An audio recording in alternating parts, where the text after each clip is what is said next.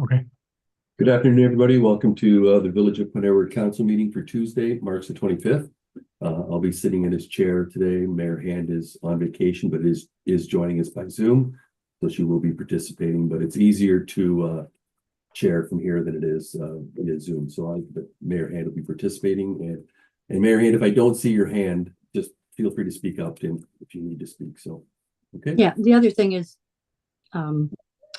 the internet can be shaky. So if you lose me, you're still in charge. So it doesn't matter. Okay.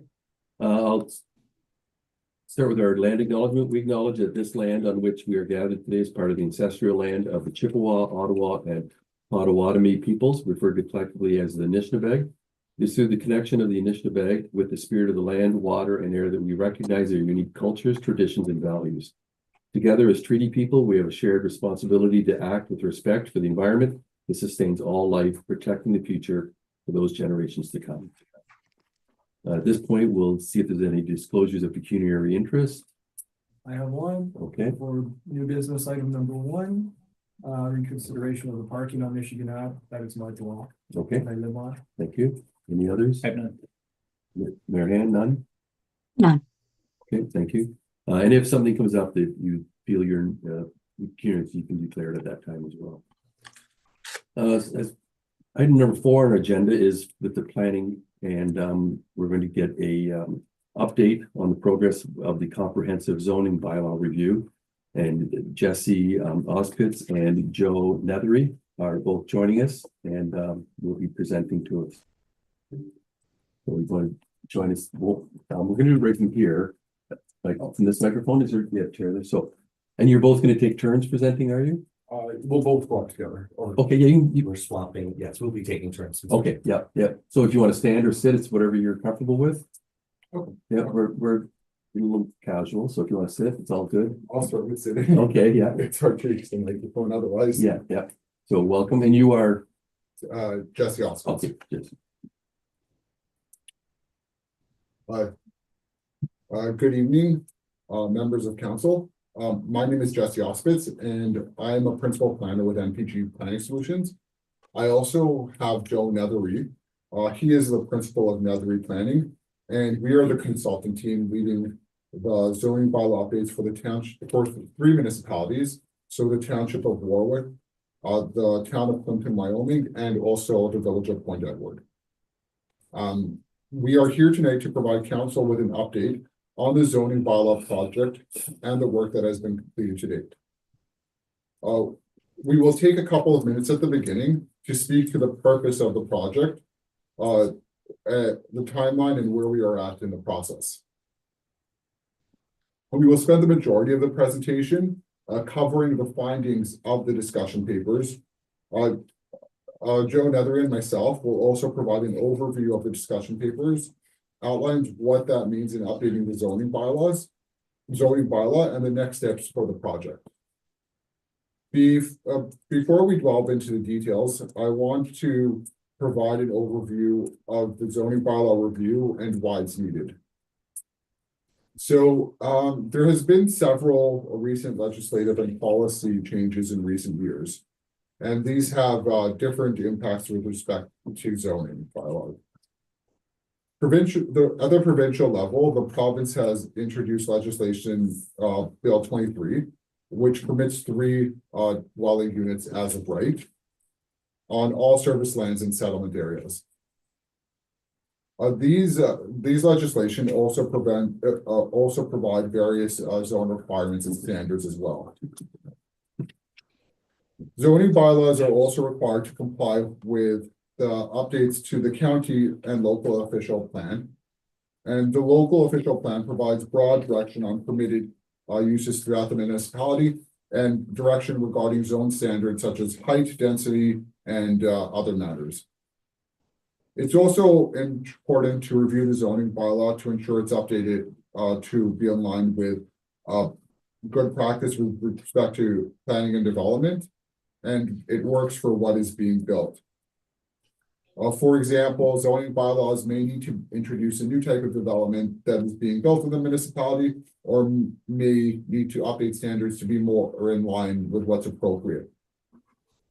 This approach makes planning and development more efficient by reducing redundancies and also facilitates more housing and reduces the time spent to on these projects. And so the zoning bylaw update is made of three main phases.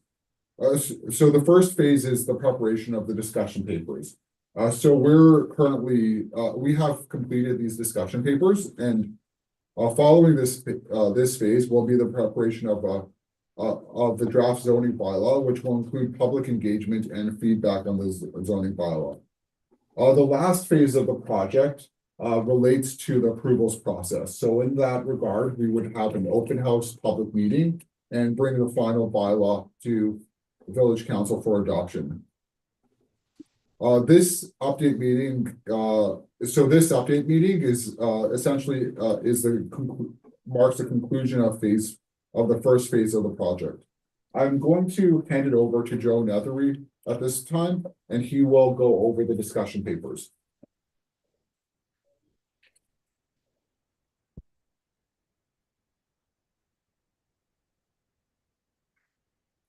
Thank you so much, Jesse, and good evening, Mayor, members of council. With respect to the discussion papers themselves, this is our background research, the review of the current state of affairs on the current zoning bylaws to date. In those recommendations, we are charting out a roadmap for where we do think the new zoning bylaw would need to go. So for this project, we've been covering a range of topics with individual recommendations in each of those papers. For Point Edward, there are 11 applicable discussion papers. So the first paper that's up is on common administrative and customer service matters. Routinely, when we're doing these kinds of projects, we're asked about how to make the document more user-friendly, more readable, easier to consume for a wide range of stakeholders. So we do talk about the general structure of what the new bylaw would look like, how some of the how repeal and replacement is being handled, setting up the various enforcement mechanisms that you need in text to deal with those. One key item that I should note is that we do have a recommendation that we would be repealing and replacing the current bylaw rather than coming forward with a very long surgical amendments to swap out these words with that word or add this clause or add that clause. While tracked red lines and tracking are within the scope of this study, what would end up coming forward for approval is a clean version of an overall document. Another note as well, noting development activity within the village, that active applications, sites of active zoning applications would be omitted from the draft document itself. And we're obviously here to help out staff and council through the process of bringing those projects, those proposals into the new zoning bylaw as is required. The next discussion paper was evaluating the existing definitions and including some high-level recommendations on how to handle the current term set moving forward. A very key point on this paper and all of the recommendations on this project is that the planning test is that we conform to the new official plan. We can't go beyond that, and what is in that document, that's a pretty informative, if not determinative, guide for some of the recommendations that we would be bringing forward as a project team. Overall, there's some repetition. There are some outdated language in a few spots. There's a few new terms that would be helpful based upon our work in other municipalities and in doing this kind of work that we think might help. One of the other items that we will look at in terms of writing the entire document itself are any wayfinding or cross-referential text as well, in order to help people, users who might be at home and looking to get this information in a simpler way to help them, provide some help and some tips for navigating through the document itself without necessarily needing to pick up the phone and make a call to staff. On our next paper on use permissions and the associated standards, we are looking at how the structures of the zones themselves and the permissions within those generally align with the new official plan as it exists. Overall, generally speaking, close enough, generally in good shape in that sense. There aren't too many areas where radical or wholesale changes are generally needed. We do find that we have found that there are some opportunities to update the use permissions to reflect the new official plan itself. Generally speaking, we're adding in new permissions, trying to make it easier to start the right business in the right place. And facilitate whatever accessory or ancillary uses we have to bring forward to as a part of changes in provincial policy. In the paper on zone standards itself, the team goes into some more detail on things like heights and setbacks and lot coverage and those sorts of standards. We look at both the existing policy framework and bring some of our experience from elsewhere and a review of recent applications and approvals as well to make sure that those numbers remain appropriate and relevant, that they're serving the right intent and effect going forward. So that does include going through site-specific zonings and recent variance approvals as well, just to see what's been getting approved. Are there any trends that are in there that can inform where change may be appropriate, or conversely, where it may not be appropriate? We are in the feedback stage of this project after all. In our next paper on general provisions, the general provision being a standard or a permission that applies in multiple zones or in multiple contexts, rather than repeating the same regulation 4, 5, 18 times. We can just do it once in one consolidated part. The list of those general provisions that exist today are already fairly comprehensive. There's other projects that Mr. Auspitz and I have done that is not the case. There's definitely a solid foundation for bringing forward a new zoning bylaw, and we're obviously here to make those same tweaks, adjustments, and fill in whatever gaps that we can based on our overall experience as well. On the bylaw document design itself, understanding like this is municipal legislation, it is a bylaw that we are writing. There is a cadence, there is a flow that comes with this document. Again, it's one of the most frequently accessed bylaws in all municipalities in Ontario. Are the things that we can do within the document or its structure to help with that reading, as discussed. So we are looking at how the document itself can be structured. I mentioned the cross-referencing. Is there appropriate use of color? Is there does it make sense to be adding in user guides or updating existing guidelines that exist in this regard? All in the understanding, of course, that as a project team, as staff, we have an obligation to satisfy accessible document requirements for posting online as well. In our next paper, if you're really into this kind of stuff like I am, we have a paper on housekeeping items. This is a list of technical issues that have been brought forward by staff, gathered up over the years of administering the bylaw at present, and we obviously have some nitty-gritty responses to each of those items that have come up. With respect to parking standards, this is a usual component of any comprehensive zoning bylaw review. So we have been looking at the existing standards in order to find what opportunities there are to ensure those standards remain relevant and aligned with recent trends and best practices.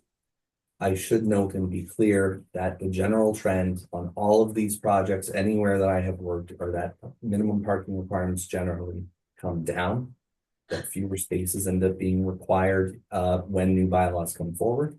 Typically speaking, this is in a commercial or industrial/employment context where some business wanted to go in, but they needed a parking variance, and that tended to frustrate a number of people. I don't have a specific example to share in the Plano context, but do be advised that that is the general trend that we observe when these sorts of projects happen. We will be looking, you have a planner up here, so obviously the planner wants to talk about bicycle parking spaces as well, if there's any requirements that are needed for shared parking spaces for the right uses and in the right contexts and places. And we'll also be ensuring that barrier-free parking standards are provided that are consistent with the Accessibility for Ontarians with Disabilities Act. There is a regulation in that legislation that speaks to barrier-free parking in multiple parking space situations. We also have a technical paper on special provisions, and I guess this will be where I'm winding down my bit and turning it back to Mr. Auspitz to continue here. Site-specific provisions, of course, usually being that part of the bylaw that take up the most text, relating to those one-off lots and individual approvals over the fullness of time. We will be looking at some of those recent approvals and incorporations into the document. for carrying forward into the new bylaw itself. It helps us inform our approach from a parent zone perspective. If there's stuff that's being repeated or recent trends at all, maybe that would have been a good idea overall for the entire village, or gaps to address. We're obviously here and looking to do what we can to help streamline that down, just to eliminate that heft if it is appropriate. And again, reiterating that we are reviewing those recent approvals for any trends that would be necessary and appropriate to recognize overall. So the next pages that the next items that we're discussing are the special focus papers that were requested for Point Edward Zone. That's Mr. Auspitz's area of expertise today.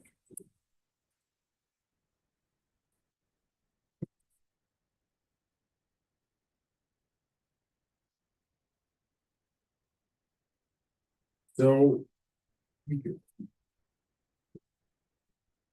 So we were asked to look into two specific topics for Point Edward. One of them being short-term vacation rentals and the other one being the R1 zoning. So short-term vacation rentals is a topic that many municipalities are dealing with. They present various opportunities and challenges.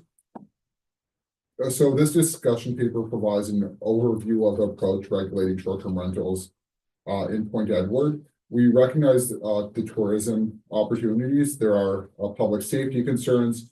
There are concerns that tend to be raised with respect to impacts of on the neighborhood. And there's also concerns regarding housing supply and affordability. However, there's also economic benefits to the community at large that come to the short-term vacation rentals. It brings in tourists and they tend to spend money on the community. So the purpose of the paper is to find a balance between these competing priorities in order to put forward an appropriate approach based on best practices. There are various considerations in approaching short-term rentals in zoning bylaws. There's no legislative requirement regarding short-term rentals. The PPS doesn't speak to any requirements that you have to accommodate short-term rentals. And based on our assessment on various priorities and best practices from comparable municipalities, we found that there is a need to provide a definition and as of right permissions for short-term rentals for different types of accommodations. So two types that commonly are used are owner occupied versus non-owner occupied. The definitions and permissions for these different types of short-term vacation rentals tend to specify the number of bedrooms, the nature of short-term rentals, whether it's required to be occupied by the principal resident or not. We found that it is best practice to regulate the length of time a short-term rental can be rented out for. So for example, being 30 days, because if it's longer than 30 days, it would constitute a long-term rental. And there is a distinction because if it's longer than 30 days, it is covered under the Residential Tenancies Act. It's also important to ensure that short-term rentals front on public roads and are appropriately connected to water and sewer disposal systems. So I guess that covers my whole short-term rentals component. Can we go to the next slide? Oh, sorry. There was a slide on the R1 zoning too. I think we just need to, it's a back one slide. Up one. Right there. Yeah. Oh, for sure. So the other paper we looked at was updating the R1 zone in order to, so this was this paper focused on evaluating conformity with the official plan, reviewing minor variance approvals and researching best practices from municipalities to determine if there's gaps in current standards. Overall, what we've found is updates to the zone standards should include permitting additional residential uses in order to align with official plan residential area designations. And and include use-based zone standards by different residential types. So for example, perhaps introducing triplex into that zone. Lastly, we found there's an opportunity to permit an appropriate range of public, institutional, and park uses, so minor types of uses within the R1 zone, as they tend to, where they are compatible with the residential uses that are intended to be accommodated. I'm going to go to the next slide, please. A few slides. And yes, next steps. So following the preparation of discussion papers, our next step is to prepare draft zoning bylaws. So we're going to be preparing draft zoning bylaws for Warwick, Plimpton, Wyoming, and the village of Point Edward. Once staff is satisfied, the draft zoning bylaw would be shared with the public for comment and review. Then it would go through the statutory Planning Act process, being the open house and public meeting, and finally to village council for approval. In doing all of this, we are going to be really listening to the feedback that's received and incorporating them where applicable in the final zoning bylaw. Slide, please. So this essentially concludes the presentation, and we're willing to take questions at this point from council. Thank you. Thank you both for your presentation. Any members of council with questions? Councilor Mondu?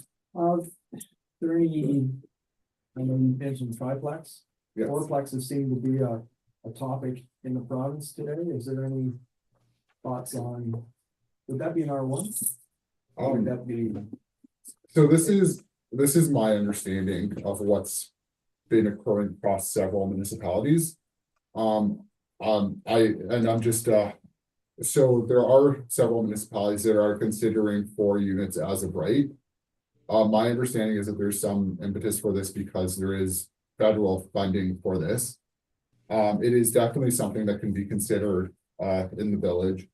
It does contribute to the full range and mix of housing types and opportunities. So it's definitely from the perspective of meeting provincial planning priorities, it definitely works towards meeting provincial planning priorities. Yep. Go ahead.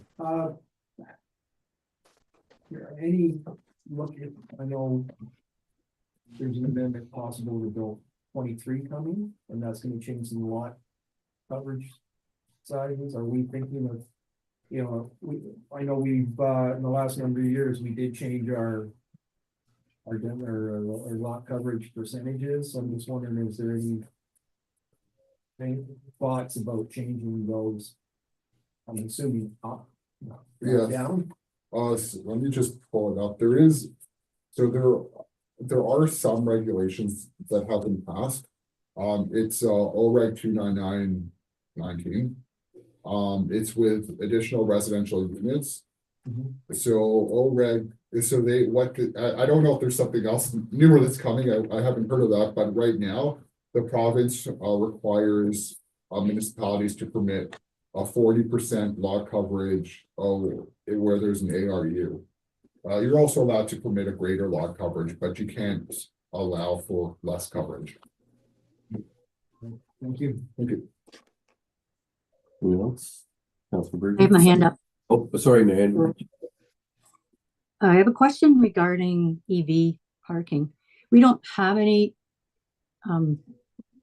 in the public sector for EV. I just wondered, what does that entail for specialized parking? Through Mr. Chair, I'll come slide up to the Yeah. microphone here. There are some municipalities undertaking zoning reviews right now who are contemplating the inclusion of EV parking requirements. That a certain proportion of parking spaces either required or provided would have to have a charging station alongside that. Madam Mayor, I guess I'm standing here today saying this is something that it is something that is under consideration without a particular set item at this time. So No, I was just curious if it meant something different, but, I mean, we've talked about it in the past for down at the waterfront. But we don't have anything at this time. Thank you. You're saying it would be similar to like, I have a business, I need 2 accessible spots, I need 2 EV spots is what some communities are requiring type. For example. That's correct, Mr. Chair, yes, and that's so through zoning, that would be applicable on both public and private jobs. On the understanding that the corporation, through any of its development projects, could make the decision to provide all of that anyway, with or without the zoning barrier itself. Right, okay, thank you. Anything else, Mary Ann? No, just when I've heard a couple times recently listening to some planning about apartment buildings, and I've heard them mention EV parking, like EV accessible at these apartment buildings. So they're saying that the developers have to provide that now? If we make it part of our. Oh, but not Yes, right This- now.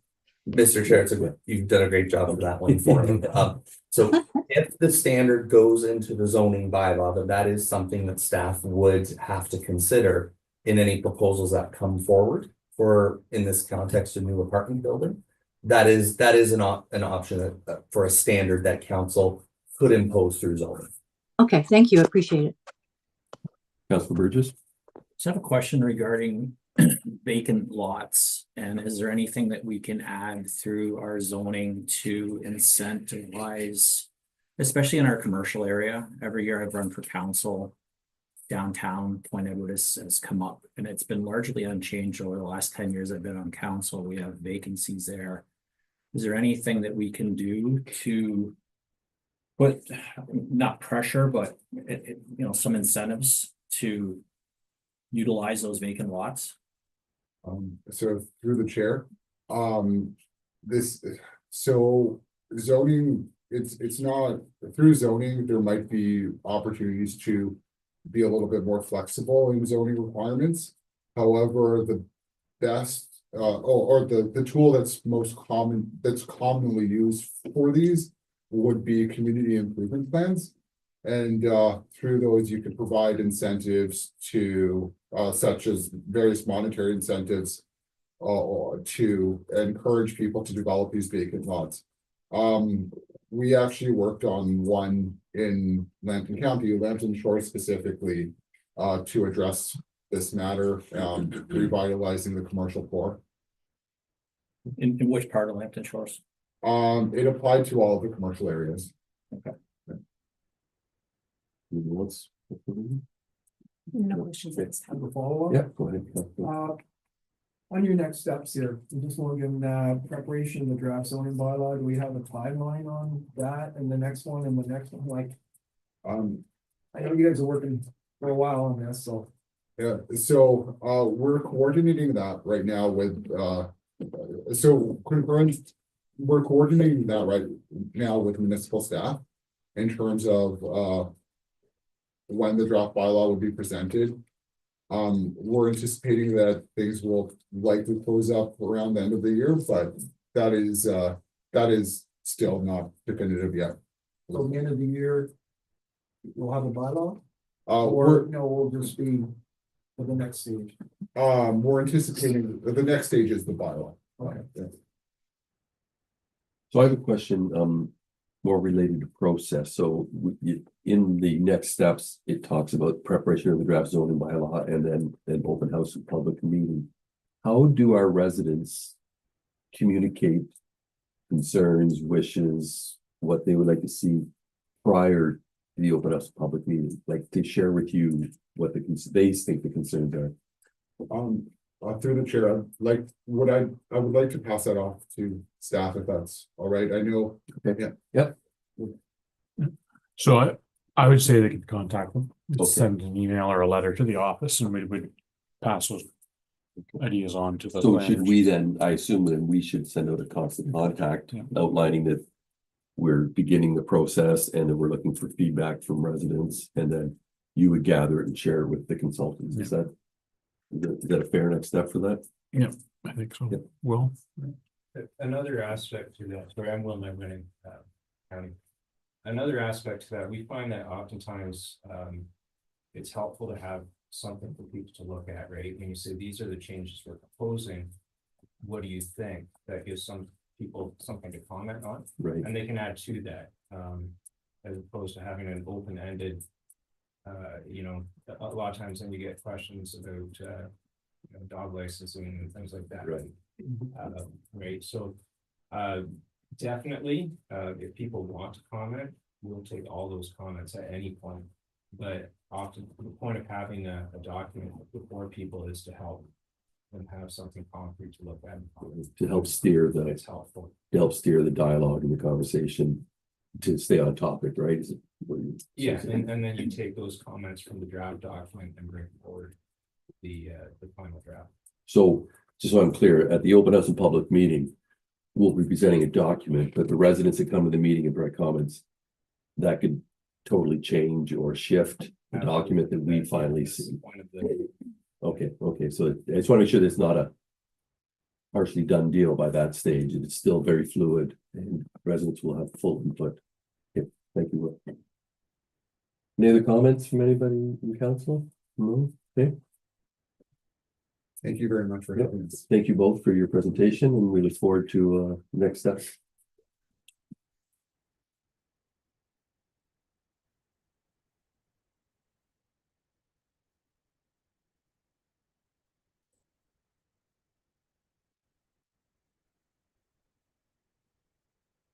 Next item on our agenda is adoption of minutes, item 7. We have council minutes from the meeting held February 25th.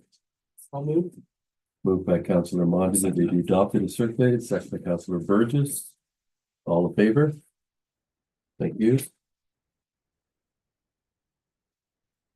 So we have our financial reports, item 10 on the agenda, general operations. I will move that the total revenues of general operations for the month of February 2025 in the amount of $2,210,039.51 be approved. And that the total expenditures in general operations for the month of February 2025 in the amount of $43,575.37 be approved. Thank you, seconder. I'll second that. Any questions, comments? All in favor? Carried. Environmental services, Councilor Burgess, can you do that one for me? Sure. I'll move that the total revenues environmental services for the month of February 2025 in the amount of $204.25 be approved. And that the total expenditures in environmental services for the month of February 2025 in the amount of $35,670.61 be approved. And the updated financial statements for the month of January 2025 showing revenues of $144,618.31 and expenditures of $118,461.70 be received and filed. Mayor Hand, will you second that? Thank you. All in favor? That's carried, thank you. Now we have our committee reports. First one is the operations committee. Councilor Laffer. Thank you. That's me, isn't it? Oh, sorry, isn't it? I'm operations. Are you? I'm sorry, Yeah. that's my first day. I'll move that the minutes of the operations committee meeting held March 11th, 2025 be approved and circulated. I'll second that. Thank you. Any questions, comments? No, all in favor? Carried. I'm not gonna guess the next one, so whoever's committee this is, please go ahead. Fire? I'll move that the minutes of the fire committee meeting held March 11th, 2025 be approved and circulated. Seconder. Mayor Hand, I see you there, thank you, I got a couple little comments on that. thank you. Chief McKenzie raised a concern regarding the new crosswalk plan at the intersection of St. Clair and Michigan. And that was discussed at the meeting.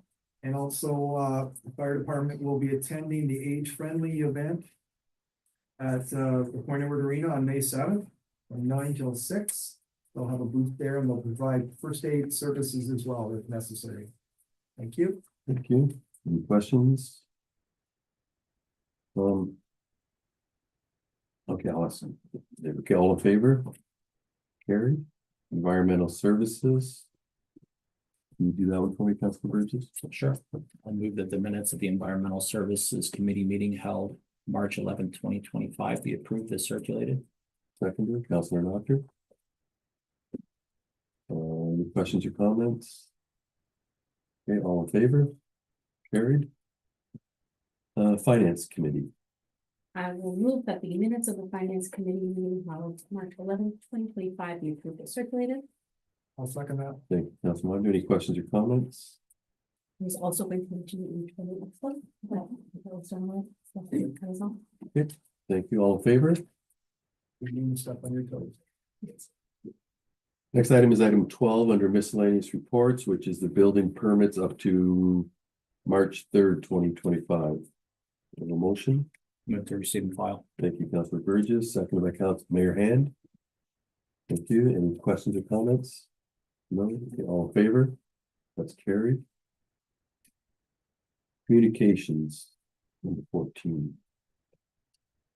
I'll make a motion to receive that. Councilor Knocker made that motion. I'll second that. Second by Councilor Mondu. All in favor? Thank you. We'll now move on to new business. Councilor Mondu had declared conflict on item number 1. We received a letter from a resident asking council to reconsider our decision from November of 2023 regarding parking restrictions for Michigan Avenue between St. Clair and Monk Streets. So in order to discuss this, I need a motion for reconsideration. Well, again, if there's a motion for reconsideration. And a third time. Sorry, I just, Yep. I was on mute. I just need to understand from CAO Burns. Just remind me what is required for a reconsideration. So it It needs will- a motion and a seconder of people that were in agreement with the decision, which is everybody. Okay, okay, that's the Except part, Councilor that's the Except- part I couldn't remember. Okay, Yeah, Councillor Mondu declared a conflict Yeah. and Councillor Doctor, I don't believe was here at that time. okay, So, yeah, it would be, okay. the mover and the seconder would have to be yourself, the deputy mayor and Councillor Burgess. Okay, thank you. Okay, so Right. we'll call it third time then to see if there's a mover to reconsider this. You're moving the Oh. mayor. I will move it Okay, so we but get if there's a seconder. And is there a seconder? I see none. I'll call again for a seconder. Seeing none. And for the third time, we'll call second no. So the motion to reconsider does not move forward. Correct. And just as per our procedural bylaw, we cannot bring forward a motion to reconsider again this term of council. We're only allowed to have a vote on reconsideration once in a term of There, council. yeah, that's a good point, because that's why Ariana wasn't there at the last one, because it was previous term. So that's good to know. It was this term, but it was Councilor Drury that was here. Mhm. Oh, okay. Oh, geez, Were sorry. you here? It was 23. When did you start?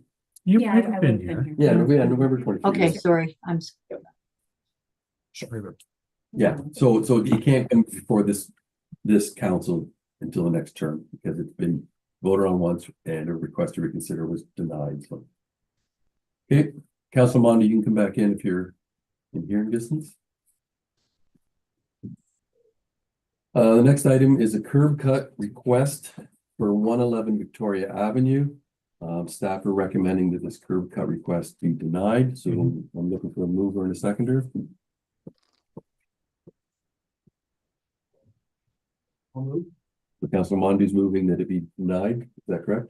Yes. Okay, thank you. Seconder?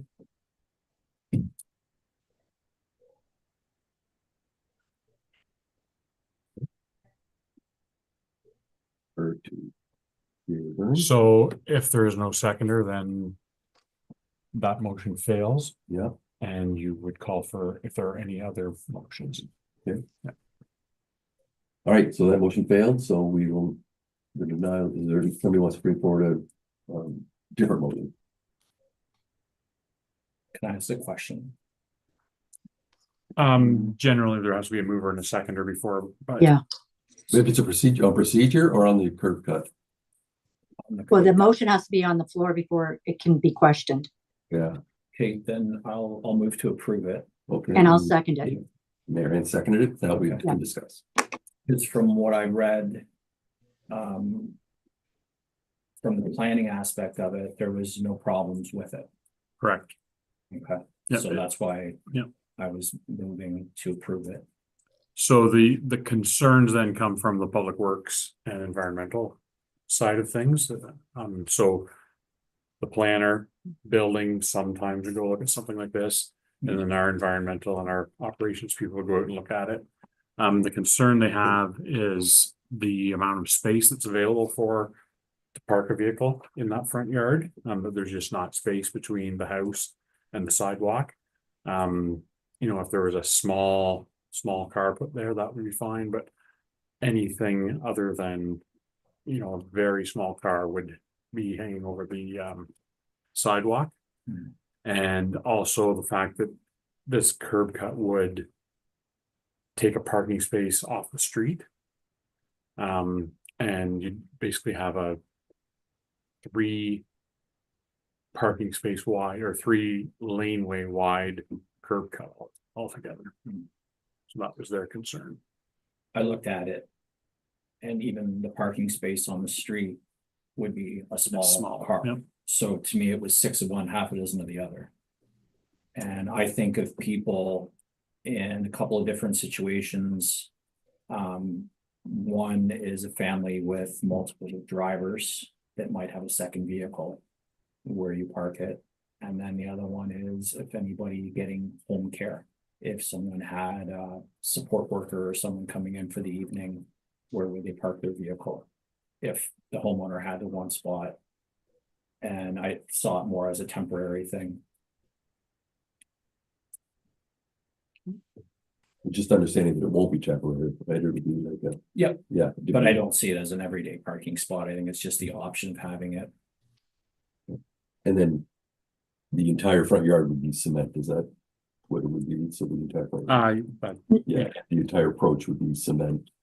Well, Marianne, I go didn't ahead. think that was the case because it's going over to the side that's already cemented. let me just bring up. It's going like towards the There's barn there's side. gravel there. There's already gravel in the front yard. Okay, And there's a little bit of a shrub. Which I think if someone parked there would kind of lean the shrub back. Hmm. See, because I went to look at it and I thought they're trying to extend, maybe I'm misunderstanding. I thought they were extending towards their neighbor to the left. if you're looking at Towards it. the river. towards the river. to the Oh, right. then, okay, I had it the wrong way because I looked at it. Thought, how Yeah, are I you gonna think the do this? property line, like the existing parking space on the property is almost on their property line already. Yeah, okay, I get it. So they basically want to put a double wide driveway at the front of their home. So they would drive right in, right up to their front porch with a car potentially, and it would have to be a small car to fit. Yeah. That space, so they want to make that entire width to be curb cut with no curb, and then there would be an approach with cement on the whole boulevard, and then cement across the whole front yard. I thought there was rules against cementing your whole front yard, I thought there was too. I was surprised planning Yeah. didn't issue with it. but I didn't see anything mentioned about that, but Yeah, I'm not, I thought it was a no. I hate to say this to bring this up, but there's multiple cars parked on front yards right now Mhm. in the Yeah. village. No, Yeah. I Parking on lawns all over the place. And these people are asking to do it the right way. I think the size of the space too is not as concerning for me. Because if the vehicle doesn't fit there, it doesn't fit there. So it's like a bylaw sort of issue. Mhm. Like if it's hanging over the sidewalk, then that's a problem that we can. Yeah. Okay, any other discussion? Councilman Mondu, Councilman Doctor, Oh. Mayor Hand, did you have a comment? No. Okay, so,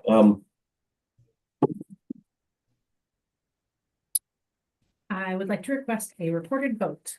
Okay, so recorded vote's been requested. Just give Jennifer a chance to. And so just to clarify, we are voting on the motion to approve the curb cut request. That staff recommended we not move forward with for 111 Victoria Avenue. You're saying that it be approved or didn't Approved. approved? Yeah, the second motion you've got on this right, yeah. Okay, Councillor Mondu, Yes. Councillor Noctor, In favor of? Councillor Burgess, In favor. I didn't hear that second one, sorry. in favor. And, oh, sorry, change the Yeah. words. Thank you. Mayor Hand In favor. and Deputy Mayor Grimes. Against. The motion carries 3-2. We will get a hold of the lady and let her know that she can move ahead. Okay. Okay. Thank you, everyone. Do we have any community events or public announcements that anyone wants to share? Mayor Hand? I just wanted to thank the arena staff and the village staff for the hockey season. I know the group I'm involved with, my grandson's group, they finished up on Sunday. That was the last day of free Sunday skate too. So this weekend is the big climax with the figure skating. So it's been a good season. We've had lots of positive comments and events with people from other communities. So they've worked hard and kept up the appearance of the building. So I wanted to say thank you once again. Okay, thank you. Anyone else with announcements or public events? Councilor Burgess? I'm not trying to correct the mayor, but there is one more weekend of hockey. Yeah. There's Oh. the Point Edward alumni game, the U18 Oh, team okay, sorry. plays on Saturday against any alumni that wanted to come back and play. Okay, I saw that advertised. I was thinking this weekend was, so it's another week yet till the ice show. Yeah, it's Yeah, it's the first weekend of April. Yeah, So it's going into April. but if anybody has any connections and maybe played hockey growing up in Point Edward, it's kind of a fun event. They It did is. it last year, Yeah. and Yeah, I know my oldest boy is going to try and take some runs at my youngest boy in that game. And he requested to not be on his team, but it's a pretty fun event that they put on for the kids and allows the older players to stay connected to playing with minor hockey. And that kicks off at 7:30 on Saturday at Memorial Arena. So. Okay. So seeing no other events, announcements, we'll go on to bylaws, and we have bylaw 9.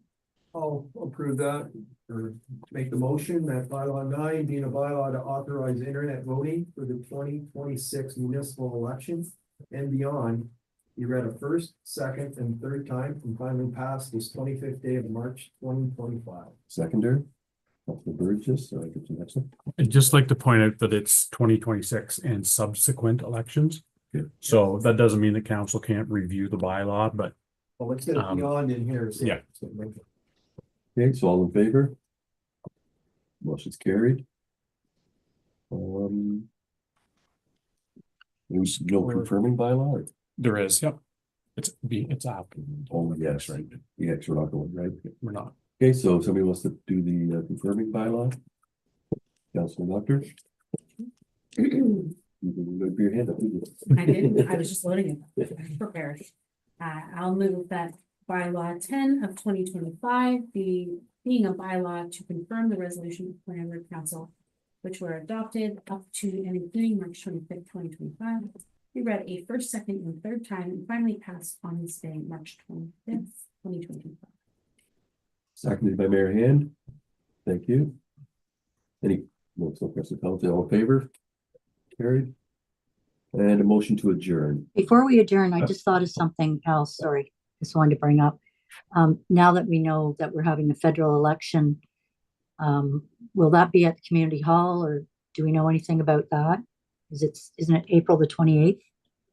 April 28th, I assume there will be a poll station there, but I haven't heard anything. Okay, all right, well, that'll just be something we'll be waiting to hear about. That's it, thank you.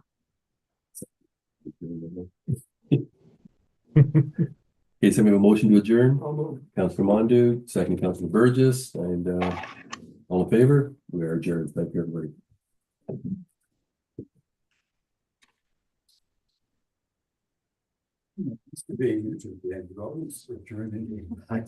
Yeah, yeah.